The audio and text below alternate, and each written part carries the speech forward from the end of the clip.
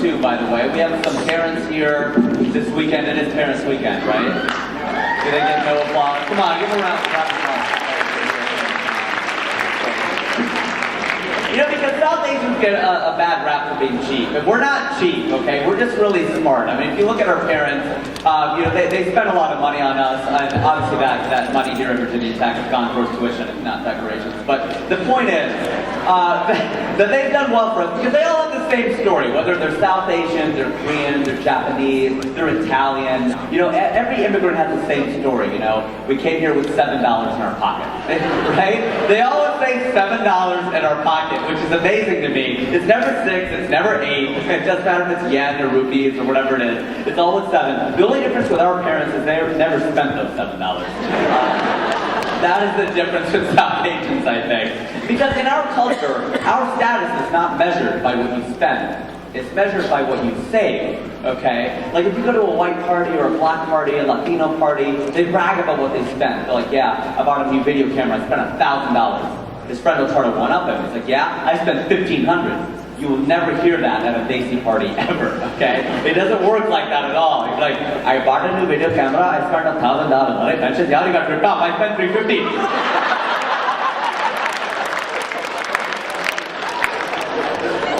It's just the way we are, man. I don't know if your parents are like this. My parents still do this to this day. They don't know that soap bottle refills exist, okay? The soap gets down about a quarter of the way left in the bottle. Instead of filling it up with soap, what do? We fill it up with water, shake it up, and set it back up the sink, right? We never ate out in nice restaurants unless my parents needed napkins. Or hot sauce, okay? Because every single South Asian family, every chic family has that drawer of condiments in the kitchen, right? Not condoms, condiments. You go to the kitchen, if you open up that drawer, you guys are too fast for me, alright? You open up that drawer, behind like the silverware, like Taco Bell, hot sauce, mild sauce, fire sauce, ketchup, mayonnaise, mustard, all that stuff is in there, man. And we have money. My parents have a $15,000 dining room table, McDonald's napkins on top of that thing, man. That is embarrassing. But it is not because we're cheap, it's because we're smart. And I know that we have all religions, I'm sure here tonight, and in India too, right? We have Jains and Sikhs and Muslims and Christians and Jews, but mostly we're Hindu, all right? And that's why, because Hindus believe in reincarnation. We even reuse our souls year after year after year. If you believe we're going to reuse these soap bottles. Just the way it goes. Man, I don't know. Because I remember this one time, my dad and I, we had a father-son picnic. And we went to Kentucky Fried Chicken. And we go through the drive-thru, and we eat in the car to save sales tax, right? So we go through the drive-thru, and my dad goes, okay, we take two drumsticks. I'm like, you know, you can slang it up, you know, call it parts of the chicken's body. Unfortunately, that's what it is. You know, you can use American slang a little bit, right? Well, next time we go through the drive-thru, what does he say? We take 2 legs, 2 boobs. Never mind. My dad is definitely the more Indian of the two. Now, they're both Indian. My parents are both Indian. They're both Punjabi. The thing is, they spoke English at home, though. That's what's weird. They never spoke Punjabi unless they fought. When they would fight, that's when they would speak Hindi. But I mean, Hindi mein baat karo. I mentioned that. Hindi mein baat karo. Gotta learn this language. I need to know what they're saying. But I go out with my dad, whatever. He's very proud of India to this day. He was born in 1944 in Lahore, which is not French philosophy, but he was born in 1944 in what is now Pakistan. All right, that is undivided India, and he's still so upset about the division of India. He won't let me partition his hard drive. No partition. That's it. No partition. I knew Technical University would get that joke. I was so excited to do that joke tonight. Oh, man. But he loves India, man. He brags. He loves it. Gandhi is his favorite. It's his hero. Mahatma Gandhi is his hero. You know, he loves Gandhi. And the thing is, Gandhi did amazing things, right? I mean, he brought Hindus and Muslims together in ways that they never thought possible. Every time that was happening, and you know, right around the independence time when India was about to be partitioned and all that, Gandhi would go on these fasts. He would starve himself for days, 3-4 days on end, and the Hindus and Muslims would lay down their arms, and there would be peace. And Gandhi was able to do that because he was skinny, okay? Because Indians can do that, all right? 3-4 days, he's not going to be around on that 5th day. Americans, Westerners, we could never do that. British, forget it. Winston Churchill decided to stop eating that fat ass so we lived for another 2 months. Not a fan of Winston Churchill. Oh, man. My dad, though, he keeps bragging about India. It's like, you know, see, India is all about one time zone. Very efficient, all on one time. Yeah, that way, Dad, everybody in the country is still late, but at the same time.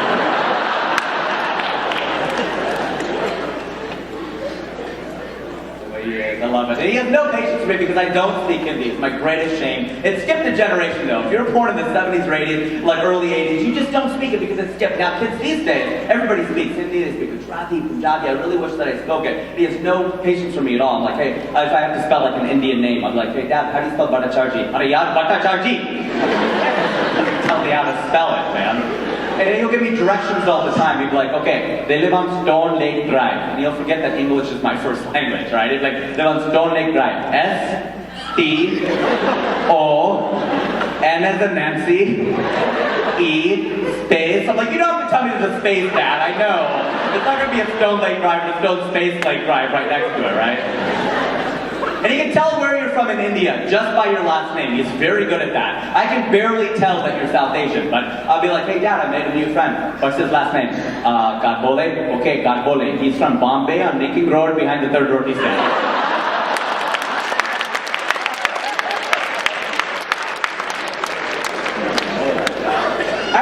My dad cried 3 times in my life. 3 times is very tough. You know, he's an Indian dad, right? He doesn't cry. Indian dads don't sleep either. I wasn't sleeping. I just shut my eyes. They don't sleep either, right? But they get to a certain point where they just start doing this crazy stuff now. It's like, I've never seen him cry. He cried once when his father passed away, which of course is very sad. Once when Rajiv died, which I didn't totally understand. He's a big Bollywood star. And once when I told him how much I spent on a pair of jeans.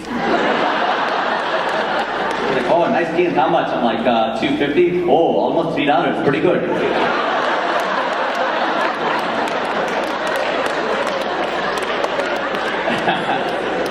Not right.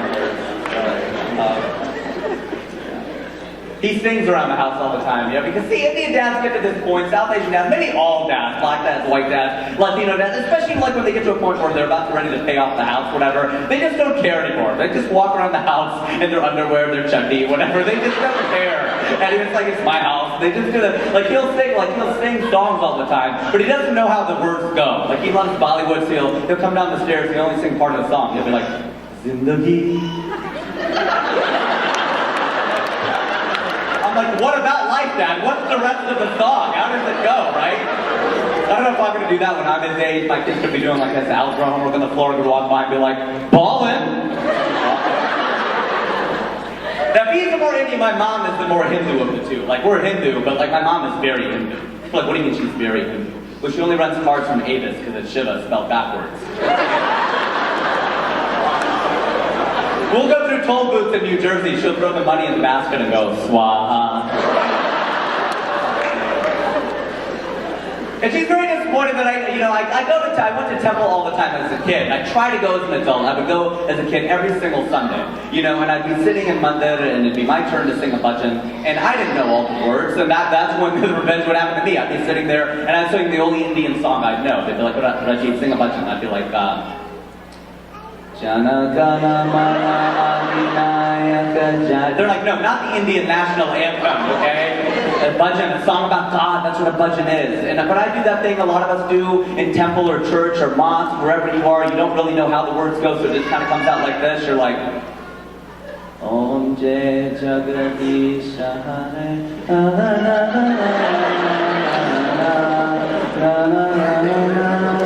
Puja.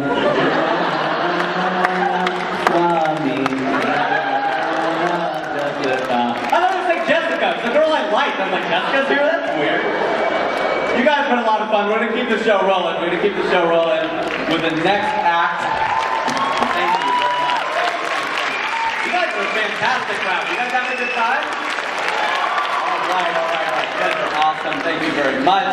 We're going to keep it going. Actually, we have a kids program now for you. The kids from Blacksburg, Virginia, will be performing Bharatanatyam, and this is a very, very difficult dance. It's an Indian dance from the south of India, signifying Bhava, which is mood, Raga, which is melody, and Tala, which is timing.